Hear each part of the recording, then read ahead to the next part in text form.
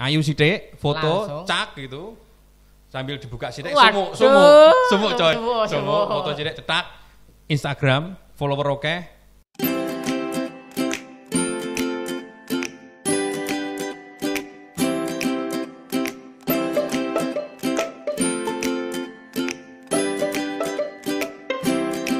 Assalamualaikum warahmatullahi wabarakatuh. Oke teman-teman ya. Kemarin kan kita sudah membahas tentang kuliah atau kerja itu. Nah sekarang saya kali ini punya kretek atid. Kretek. Ini bertanya pada Mas Ad. Arep lapo? Iki sekolah. Wis lulus ngene iki ape lapo? Kerja yo ora ono lowongan terus apa sendiri kuliah yo bingung kabeh. Ya terus sih piye? Sementara KB itu Mas di lockdown KB. Pilihannya itu kalau anak SMK itu 3. Pertama kuliah, kerja, kawin. Yo tak Kawin 3 bareng, tak? Mas, lho. Yo kawin kan sing lulus kan enggak cuma lanang, wedok juga lulus kan. Oh iya. Itu juga solusi loh. Misalkan lulus terus ada yang lamar wong sugih dilamar, kawini, jadi konglomerat kan, wong sugih jadi wong sugih dadaan kan. Kan iso wae. Jadi kan namanya solusi. Nah, kita ngomong kan tidak cuman sing lulus lanang tok. Lah lulus ya awakmu lanang. Nah, sing wedok itu kan juga Lulus. ya lulus. Ya kalau memang sudah dilamar oke ya mending kawin aja. Ini kan semuanya kan dikono omah kabeh kan. Kalau sudah nikah kan enak. Enaknya gimana Mas? Yo enak pol. Eh, Ini kebetulan tadi kan yang magang sebagian ke sini ya, minta tanda tangan untuk apa? Sertifikat. Sertifikat. Nah, sekalian tadi kita ngobrol tadi kuliah atau enggak gitu. Ternyata nganggur dulu ya, enggak mau kuliah karena SMK bisa. Kemarin kita ngomong kan SMK bisa. Sekolah lama-lama 3 tahun, praktek tiap hari. Kok yo ora kerja, pengen kuliah lagi kan yo lucu Mas. rodok Nah. gitu. Karena ketika kita kuliah lagi nanti kita kembali ke teori lagi. Nanti ketika kuliah pertama ada pendidikan agama Islam, kewarganegaraan, bahasa Inggris dasar, bahasa Inggris lanjut.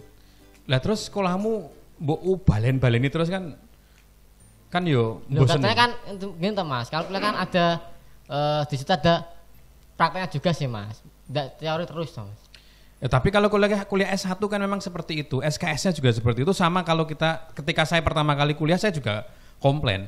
Saya ketika kuliah saya di depan saya ngomong, loh Pak, kenapa kok saya diajarin kewarganegaraan lagi? Ini sudah diajarkan dari SMP, SMA, Iya. kok dibaleni meneh gitu. Dan memang saat itu dosen saya juga ngomongnya karena ini ngikutin kurikulum seperti ini.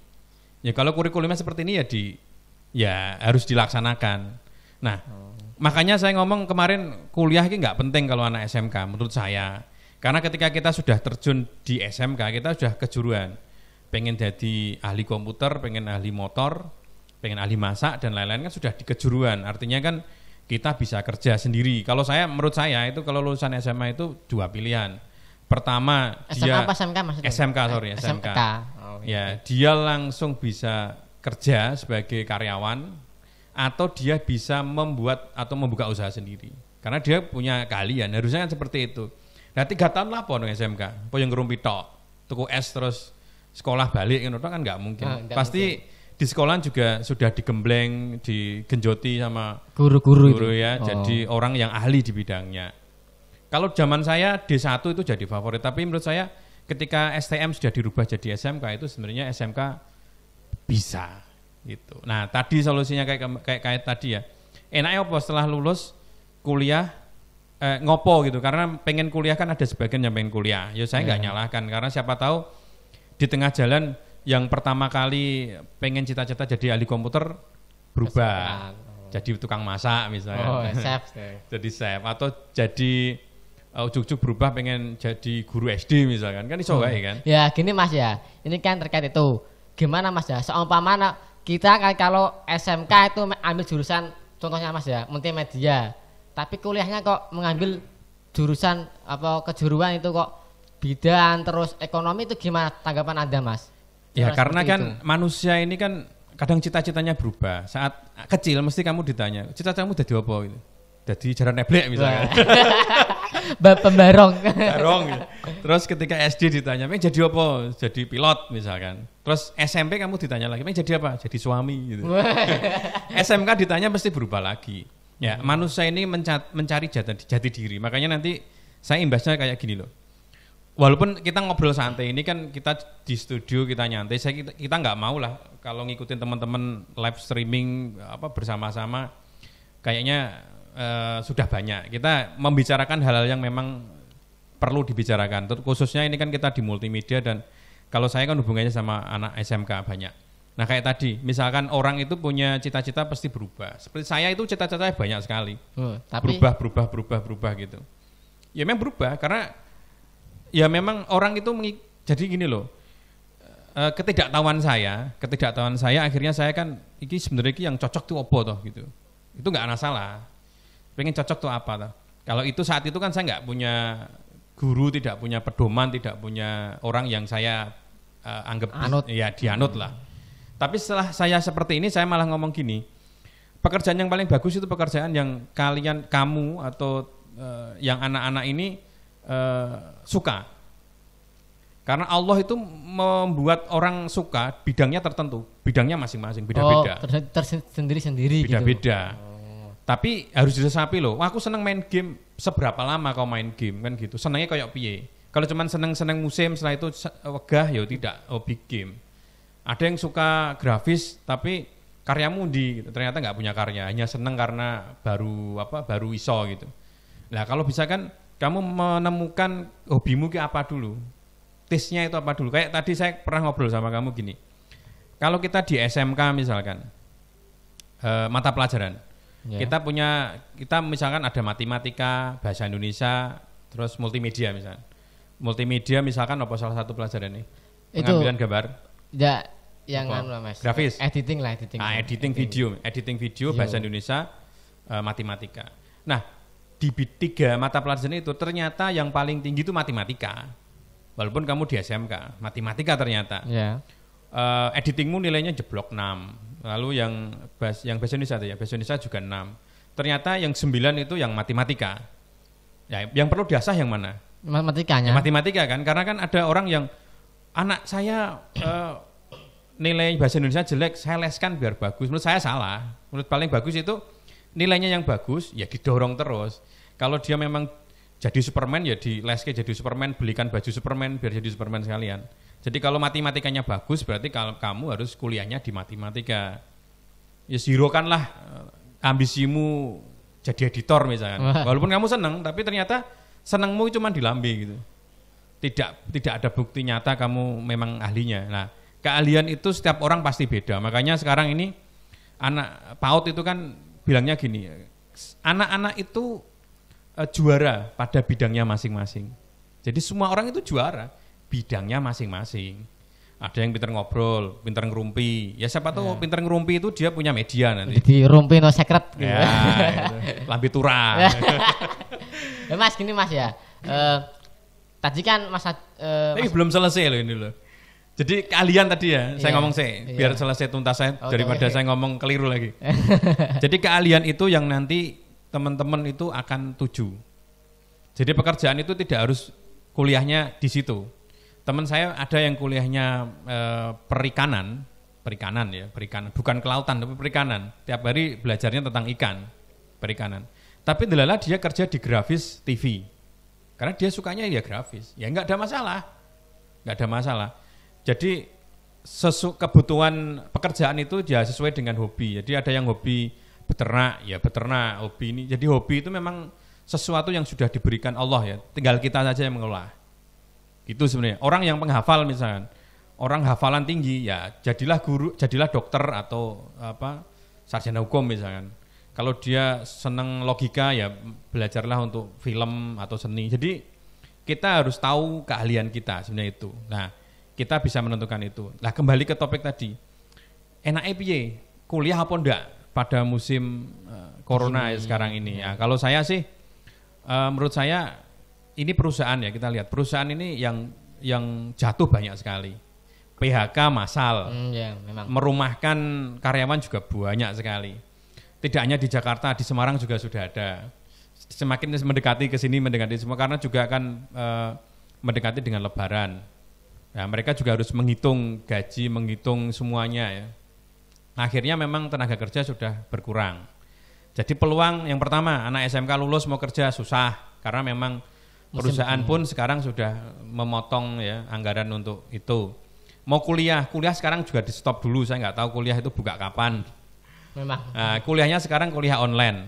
Kalau kuliah online artinya teman-teman kalau misalkan mau kuliah itu nggak usah kuliah secara resmi ya, misalnya artinya kalau pengen belajar ya belajar saja. Jadi sekarang pertanyaan gini, orang kuliah itu pengen pinter atau pengen sugih? Pengen kerja terus sugih? Menurut gimana? Nah, pribadi ya. Ya. Itu pengen pinter. Nah, kalau pengen pinter kan berarti nggak harus kuliah, bener kan? Kalau pengen sugih menurut saya enggak. Kalau sugih itu bukan kuliah, kalau sugih ya kerja. Jadi pertanyaan kedua, opsional kedua tadi kuliah misalkan. Lah kuliah menurut saya ya tergantung tadi. Kalau pengen kerja, yo nggak apa-apa misalkan kerja sebagai pengacara, sebagai dokter, sebagai perawat, sebagai bidan itu memang harus kuliah. Karena nggak mungkin SMK ujuk-ujuk terus dia nyuntik orang itu nggak mungkin. Kelenger kabeh. Nah, iya kan? Keliru Mas. Nah, jadi kalau pengen bidang-bidang tertentu karena ternyata SMK, oh kemarin saya sekolah SMK tersesat ternyata, saya nggak ahlinya di sini, saya ahlinya di sana. Nggak apa-apa kuliah. Kan belum finish juga kan, masih bisa untuk kuliah. Nah, ya itu kalau kuliah, tapi kalau ternyata kuliah sekarang juga susah. Memang orang tuanya misalnya duitnya turah-turah, wis kuliah nang duitnya bapak kakean, ngentekke duit angel gitu. Bingung ngentekke duit. Langsung. Ya enggak apa-apa kuliah, tapi kan ada sebagian yang emang enggak ada duit, apalagi PHK dan terpengaruh lah, semua industri terpengaruh. Nah, lebih bijaksana adalah kita mencari ide-ide bisnis sing kira-kira itu menciptakan usaha baru gitu loh. Menciptakan bidang usaha baru dan dengan menerawang ya serodok-rodok jadi dukun, jadi menerawang. Kira-kira ini, saya nggak mungkin orang itu usaha yang ini bangkrut terus lainnya bangkrut semua ya, kehidupan selesai. Ya pasti ada perkembangannya. Makanya kalau kita ngomong e-commerce ya dulu ada Kaskus. Kasus itu saat itu bilang Kasus nomor 1. Kaskus penjualan, forum dan penjualan. Terus tiba-tiba ada Bukalapak, Tokopedia, Shopee. Orang sudah, wah pokoknya ini yang paling jos. Tapi saya udah mikir, Shopee, Tokopedia itu juga akan kukut lagi suatu saat. Tutup langsung. Ya enggak, maksudnya model kayak gitu akan tergantikan dengan model yang lain. Pasti itu. Karena teknologi itu seperti itu. Yang kita anggap itu sudah sempurna, itu ternyata belum. Karena buatan manusia seperti itu. Nah, kita harus memikirkan bidang usaha-usaha yang kira-kira itu. Kira-kira gimana? Ya, kira-kira itu bisa menjawab itu semua. Saya nggak mungkin mau publis karena saya juga mikir ini. Nah, tapi yang paling penting usaha itu paling penting adalah usaha yang kebutuhan pokok. Kebutuhan pokok manusia itu ya padi, beras, bertani, beternak, berkebun. Nah, sebenarnya kembali ke alam. Alam semua berarti. Sebenarnya ke alam. Karena kita dengan virus kayak gini itu sebenarnya kita itu coba dibalik. Corona itu bukan virus, tapi antivirus. Manusia yang virus. Nah, kenapa kok bisa gitu Mas? Nah, coba pikir. Pikir gimana? Maksudnya kayak referensi dulu Mas. Misal ini kan dianggap manusia itu yang antivirus, yang corona adalah virusnya. Corona yang menggerogoti manusia. Nah, misal dibalik, manusia itu virus, corona itu yang antivirus.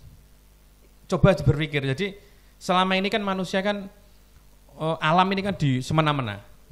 Semena-mena kan. Terus coba sekarang sudah tertib sekarang. Jalan-jalan juga nggak rame, ya kan?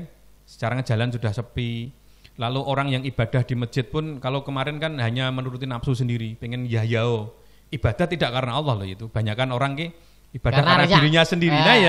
Nah, sekarang udah diingatkan semuanya. Kalau ibadah ya beneran, nggak usah riak-riak, nggak usah ibadah dengan dirinya sendiri. Gue tasbih gede nepol, komat hamid, nah, kayak gitulah. Jadi sebenarnya kalau misalnya dibalik kan harus bersyukur ini. Jadi corona itu merubah manusia yang semrawut jadi agak tertib, agak tertata gitu. Agak tertata. Bisnis-bisnis yang rodok kacau-kacau ya dihilangkan, rodok teratur. Terus Belanda, Jerman yang tidak ada andan sekarang sudah ada andan. Menggelegar semuanya. Wah, itu kan keren sebenarnya.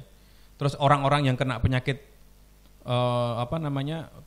yang corona ini sebenarnya kan menyerang orang yang punya penyakit lainnya. Ya kok gampang itu Mas, kronis itu. Ya, makanya sekarang orang-orang banyak berjemur. Kan mereka berpikir tentang kesehatan. Iya. Berjemur, cuci tangan. Kalau kemarin kan ngawur kan? Ngawur. Ya, kong WC langsung mangan ceplang-ceplong kan. Mulu sisan Mas ya. Ya. Aduh.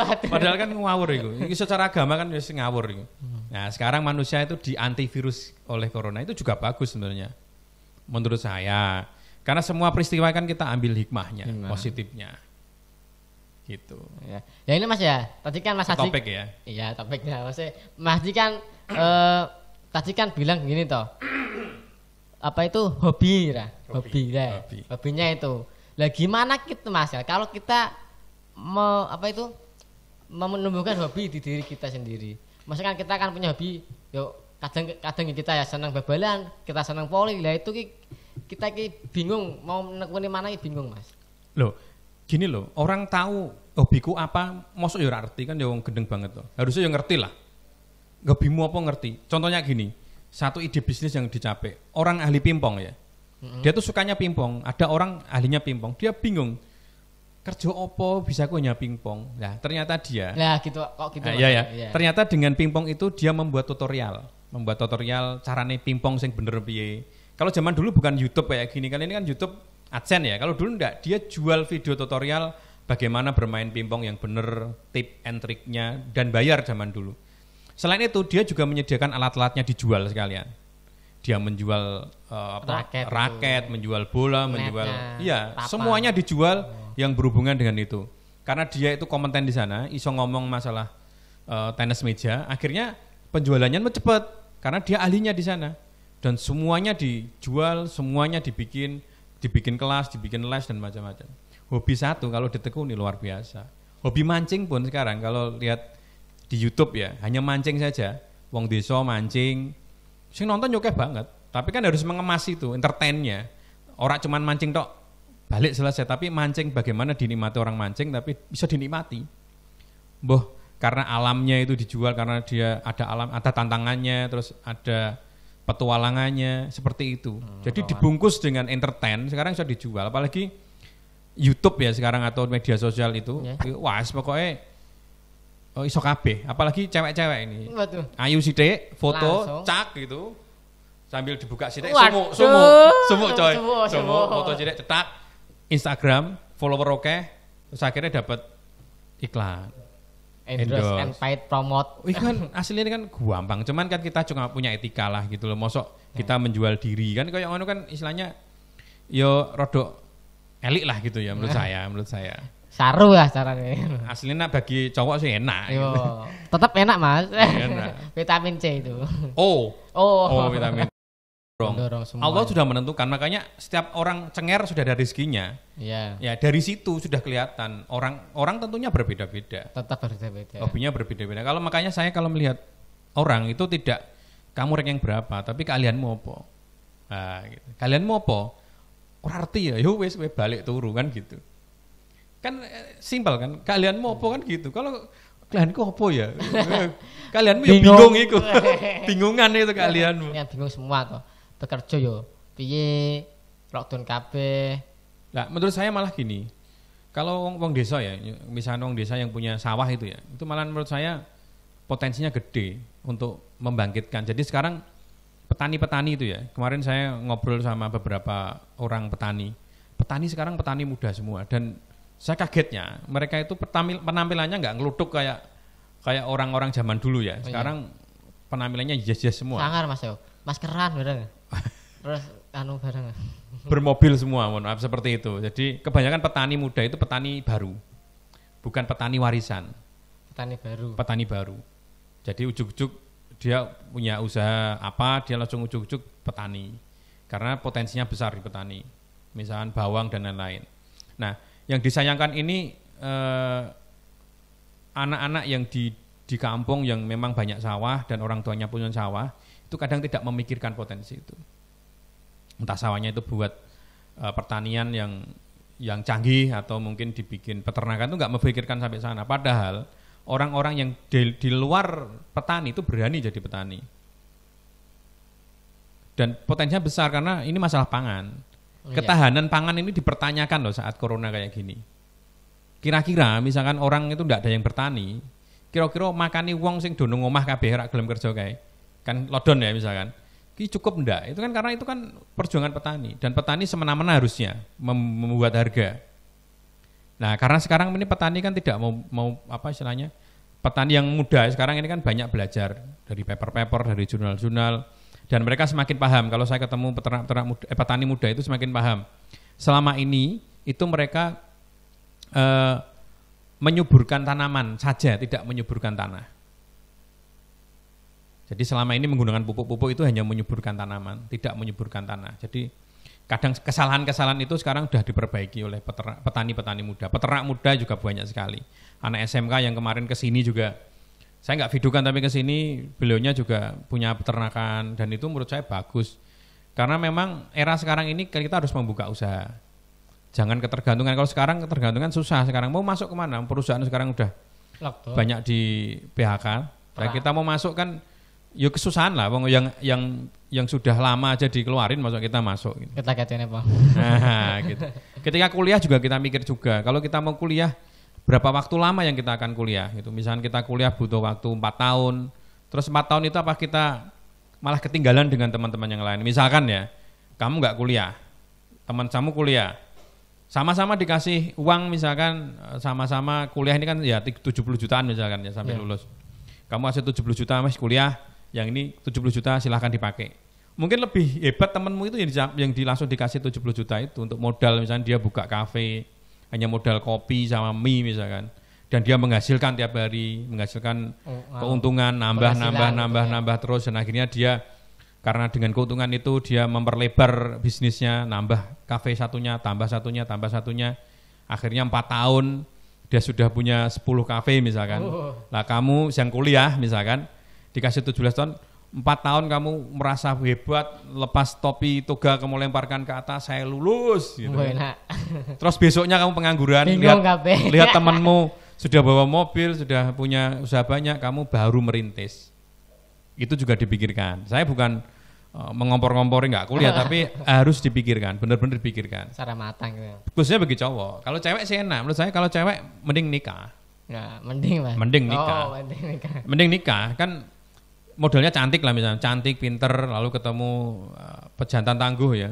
Pejantan tangguh, modalnya banyak, usahanya oke, uangnya juga ganteng misalkan. Perfect lah Mas. Perfect. Nikahi. Nikah muda kan bagus. Bagus kenapa Mas? Mengurangi perzinahan. Oh. Itu kan lebih bagus menurut saya. Nah nanti sambil misalkan kok sambil nikah nanti sambil kuliah kan bisa dikuliahkan suami kan selesai, tidak ada masalah. Kamu lulus usia 19 tahun kan? 19 tahun. 18 tahun kan udah boleh nikah kan? 19 saya Mas. Ya boleh kan? Saya. Iya kan? Ya, maksudnya boleh lah, cewek Mas. kan minimal kan 17 tahun. Oke, saya kira ini dulu ya. Saya dan Mas Hasri pamit dulu. Wassalamualaikum warahmatullahi wabarakatuh. 1, 2, 3, 4 kejeduk.